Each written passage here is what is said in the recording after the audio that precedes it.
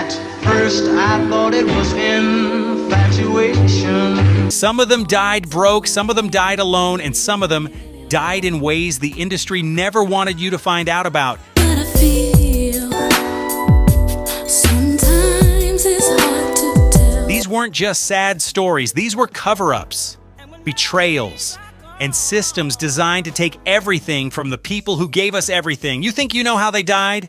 You don't know the half of it. This is the countdown that changes how you see R&B history forever. Number 10, Left Eye, Lisa Lopes.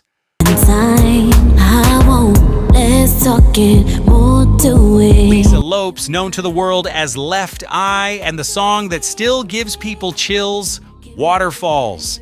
Picture a back road in Honduras, green trees on both sides, quiet, peaceful. That's where she went to find herself. She left America on purpose. She was done with the noise, done with the pressure, done with everything the industry kept throwing at her. She just wanted to breathe. So let's just stop wasting time. Mission. She just wanted to feel like herself again. Lisa was 30 years old. Yeah, she was 1/3 of TLC's, one of the best-selling girl groups in history. Waterfalls came out in 1995, produced by Organized Noise and Babyface on Layface Records. That song wasn't just a hit, it was a message. It talked about chasing dreams that could destroy you. It talked about making choices that pull you under.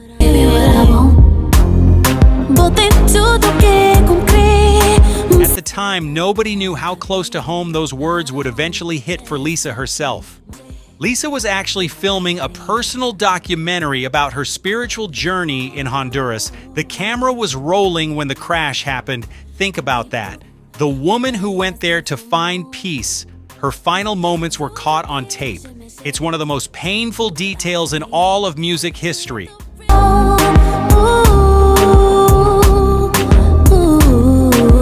Lisa's story gets overshadowed by the TLC brand.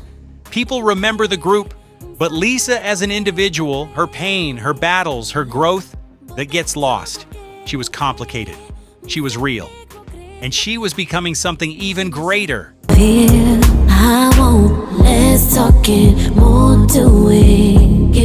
industry never gave her credit for that while she was alive. Stay with me, because number 9 is about a woman who built a legendary group with her own hands and then got thrown away like she was nothing. Number 9, Florence Ballard.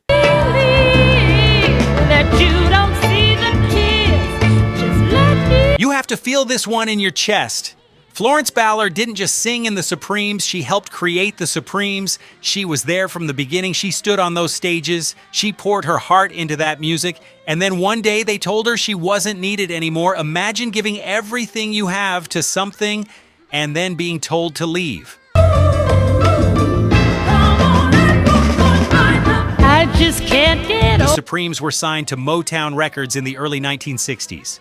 Berry Gordy pushed Florence out and centered Diana Ross as the face of the group. Florence fought back legally, she sued, and she lost. By the time the 1970s came around, Florence was on public assistance welfare in Detroit. The woman who sang for presidents, who performed on the biggest stages in the world, needed help to pay her bills.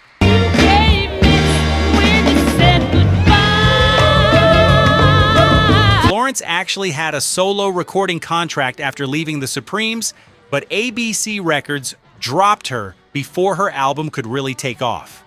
One bad business decision and her second chance was gone just like that. Florence died of cardiac arrest in February 1976. She was 32 years old.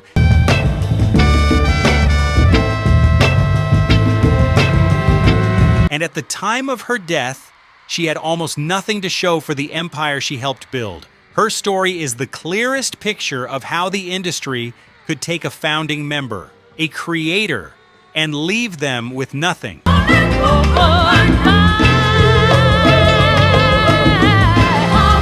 That's not just sad, that's criminal.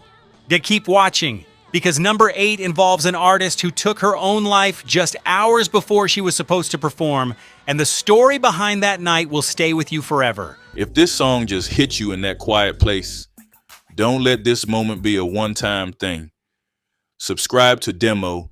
We're building a home for real R&B and soul. The kind that heals, the kind that tells the truth. Hit subscribe and come back whenever you need a song that understands you. Number 8, Phyllis Hyman. You and I together will Picture the Apollo Theater in Harlem. The dressing rooms, the smell of stage makeup and nervous energy, the crowd outside already filling their seats. Phyllis Hyman was supposed to walk out on that stage on the night of June 30th, 1995. She never made it. She was found in her apartment just hours before showtime. Gone at 45 years old. There's no denying. Phyllis signed with Buddha Records and later Philadelphia International Records, the home of soul royalty. She had a voice that stopped rooms cold, deep, warm, honest, but behind that voice was a woman fighting bipolar disorder and depression at a time when nobody in the music industry wanted to talk about mental health.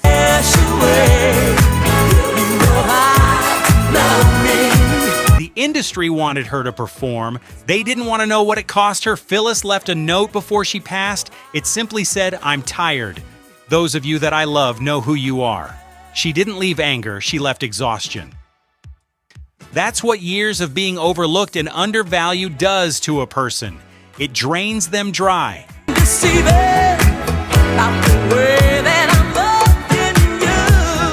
Phyllis was 6 feet tall, strikingly beautiful, and impossibly talented, and the industry consistently didn't know what to do with her because of it. She was too much for them, too powerful, so they underpromoted her, they underinvested in her.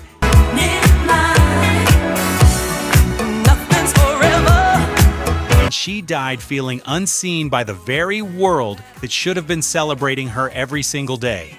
I don't go anywhere, and number 7 is about a man whose stroke robbed him of the very thing that made him who he was, and he never got it back.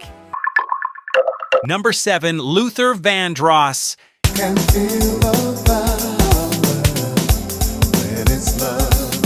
You know that feeling when a song hits you so deep it feels like the singer is reading your diary? That's what Luther did every single time. He made love songs feel real. He made heartbreak feel warm. He gave people music they could hold on to. And then in 2003, just weeks after winning 4 Grammy Awards, his body turned against him and he never came back.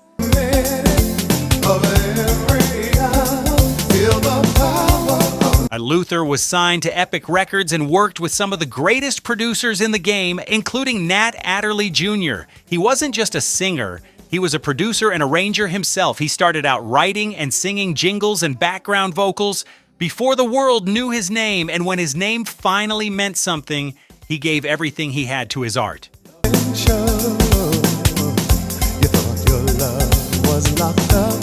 Luther's cover of A House Is Not a Home, originally a Burt Bacharach composition, became so iconic that many younger fans thought Luther wrote it himself. That's how completely he made it his own. He didn't just cover songs, he adopted them, he raised them as his own children. Luther suffered a massive stroke in April 2003.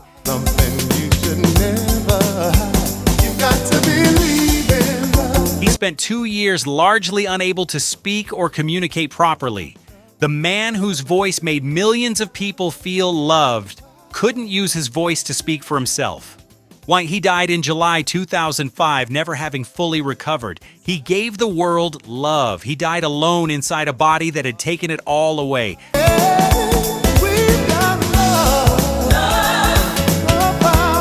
Coming up, one of the most famous names in music history, a death that happened in a hotel while the music industry was literally partying downstairs. You already know who it is. Number 6, Whitney Houston. After all that I've been through.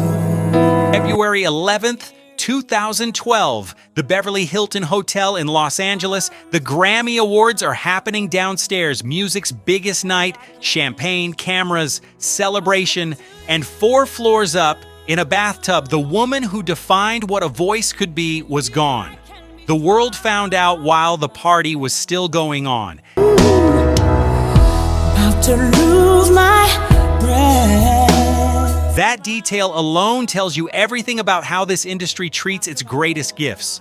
Whitney was signed to Arista Records under the legendary Clive Davis. She didn't just sell records, so she redefined them. She crossed every line: pop, gospel, R&B, soul. She was the blueprint that every female singer after her studied. I look to you. But behind the awards and the album sales was a woman fighting addiction, fighting a painful marriage, and fighting a public that had turned her pain into entertainment. Now here's where we have to slow down and be real with each other. Earlier in this video, I told you some of these deaths weren't just tragedies. Some of them were the result of systems that failed people on purpose. Let your mind be correct. Whitney's story is the hardest example of that. Some people say the industry knew how bad things had gotten. In interviews over the years, people close to Whitney have said there were moments where her team watched her struggle and didn't know how to step in, or were afraid to. There are different versions of the story depending on who you ask. What we do know is this: Whitney's decline was very public. Nothing to do but lift my head. I look to you. It played out on television, in magazines, on the internet, and instead of the public rallying around her, they used it for content. Her pain became a punchline. Her lowest moments became memes before memes even had that name.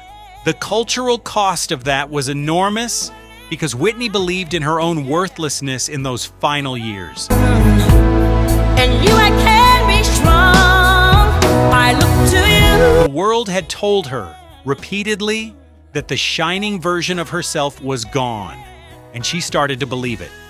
That is what happens when an industry builds someone up without ever protecting them. They use you until they can't. And when you fall, they watch. And you, I hear a song.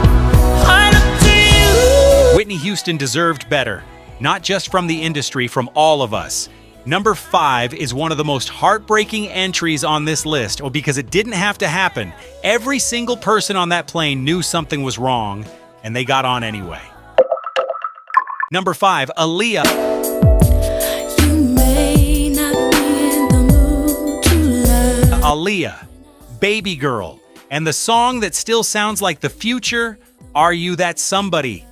August 25th, 2001, a small airstrip in the Bahamas. The sun is going down, the shoot is done. Everyone is tired and happy and ready to go home. Aaliyah and her team load onto a Cessna 402, a small plane.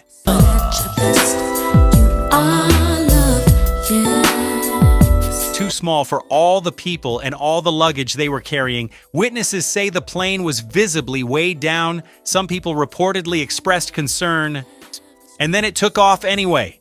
Aaliyah was signed to Blackground Records and worked closely with Timbaland and Missy Elliott, one of the most groundbreaking creative teams R&B had ever seen.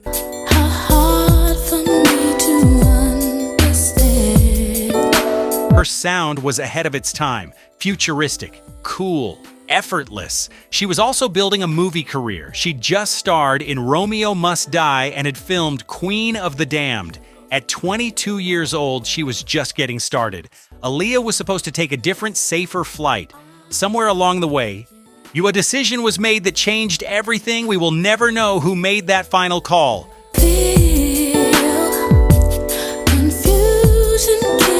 But we do know this: 22 years old, 3 albums deep, a movie career exploding, and all of it ended because someone chose convenience over caution. That haunts people to this day.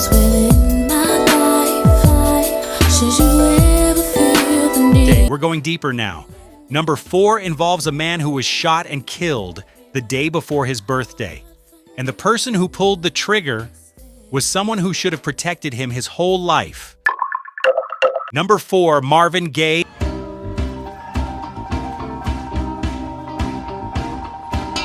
April 1st, 1984, Los Angeles, the day before Marvin's 45th birthday. He had moved back into his parents' home. trying to get stable, trying to get clean, trying to find some ground under his feet. The man who wrote music about healing the world was trying to heal himself. And instead of finding peace in that house, he found the worst kind of violence, the kind that comes from someone you trusted your whole life.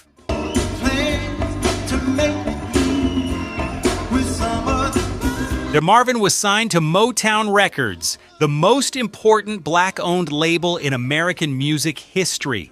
His album What's Going On from 1971 is considered one of the greatest albums ever made by any artist in any genre. It talked about war, poverty, police brutality, and the environment, and at a time when Motown didn't want artists talking about any of that. Marvin fought to release it, and it changed the world.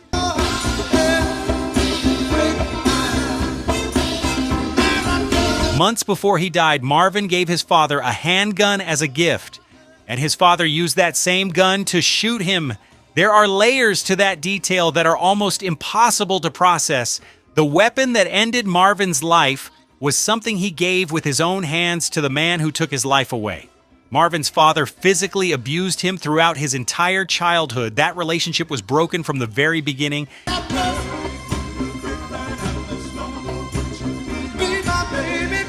And Marvin, even as an adult, kept trying to find love in that house.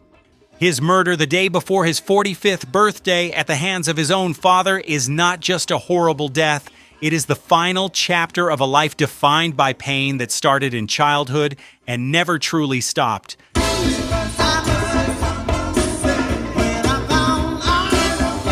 Number 3, a genius, a mystery, a window 15 floors up, and a story that still doesn't have a clear answers over 40 years later. Number 3, Donny Hathaway. Everything's all right. January 13th, 1979.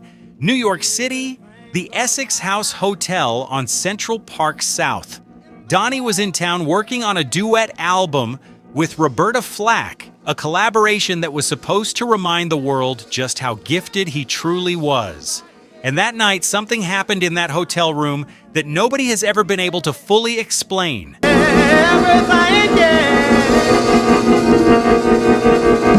The window glass was removed cleanly, no broken edges. His body was found 15 floors below on the pavement, and Donny was signed to Atlantic Records and worked with some of the most respected producers and musicians of his era. He studied classical piano at Howard University. He could arrange, produce, conduct, and sing at a level that made his peers call him a genius without hesitation.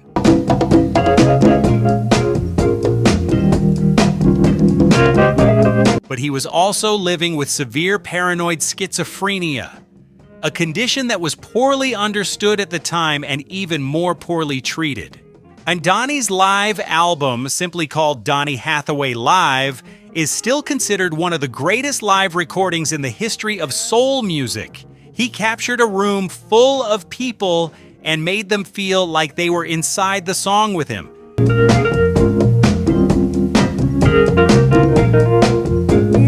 That kind of gift doesn't come around often. It almost never comes around twice. The official ruling was suicide, but people who knew Donny, including Roberta Flack herself, have spoken about their doubts over the years. There was no note, and the window removal was unusual. And Donny had expressed fear in the days leading up to his death, a fear that felt connected to his paranoid schizophrenia.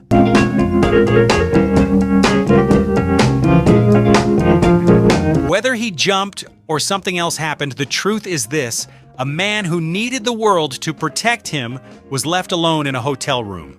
And the world lost him at 33 years old. Number 2 is one of the most debated deaths in music history. The official story has more holes than anyone in power wants to admit. And 60 years later, we still don't have the full truth. Number 2, Sam Cooke.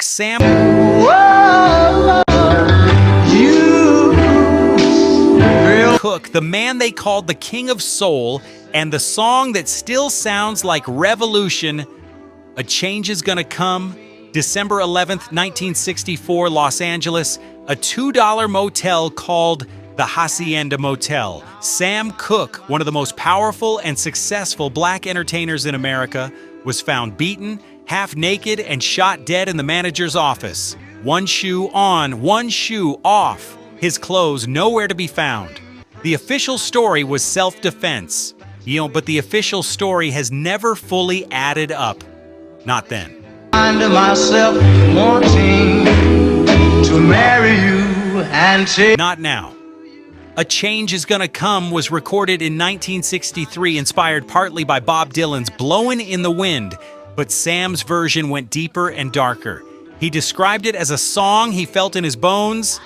He almost didn't release it because it felt too personal, too raw.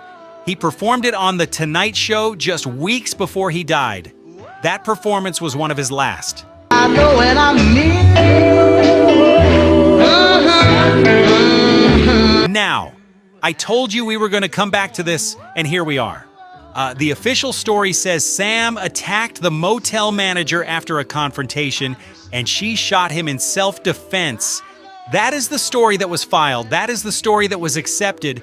But investigative journalists and music historians have been pulling at that story for 60 years. The woman Sam brought to the motel that night, she disappeared. It's lasted so long.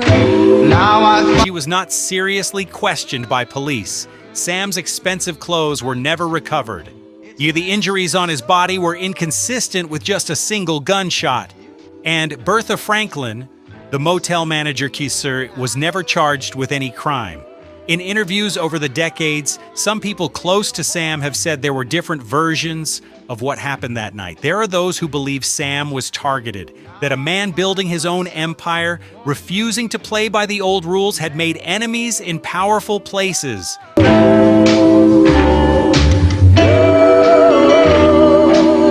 may never know the full truth, and that is the most chilling part. When Sam Cooke was recording his most political music, he was making money outside of the system. He was proving that a black artist didn't need to give his power away. And then at 33 years old, he was found dead in a $2 motel room, beaten and half-clothed, and the case was closed almost immediately. History deserves better answers than that.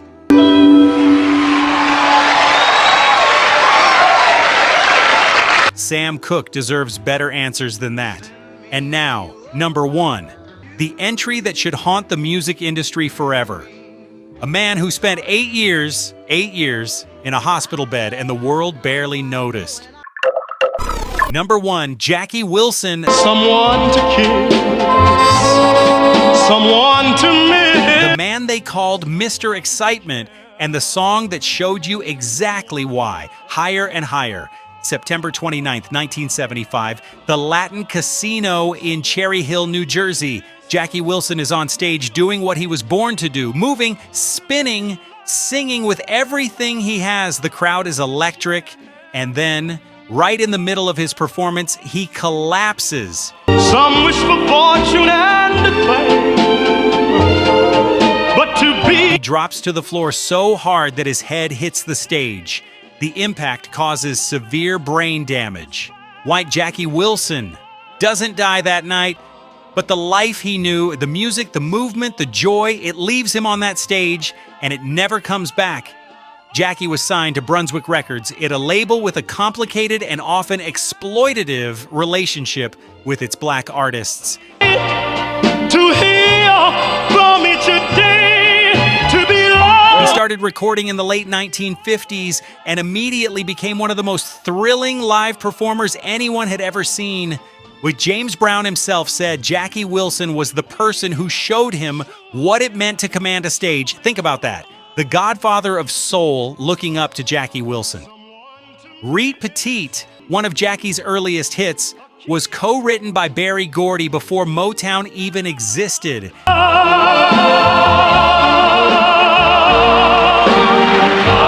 That song was a stepping stone in the creation of an entire music empire. Jackie Wilson helped launch careers. He helped birth a sound, and he did it all while never fully owning what he created. But Jackie Wilson spent 8 years in a coma after that fall. 8 years in a New Jersey care facility, unable to speak, unable to move, The man who made crowds lose their minds lying in total silence.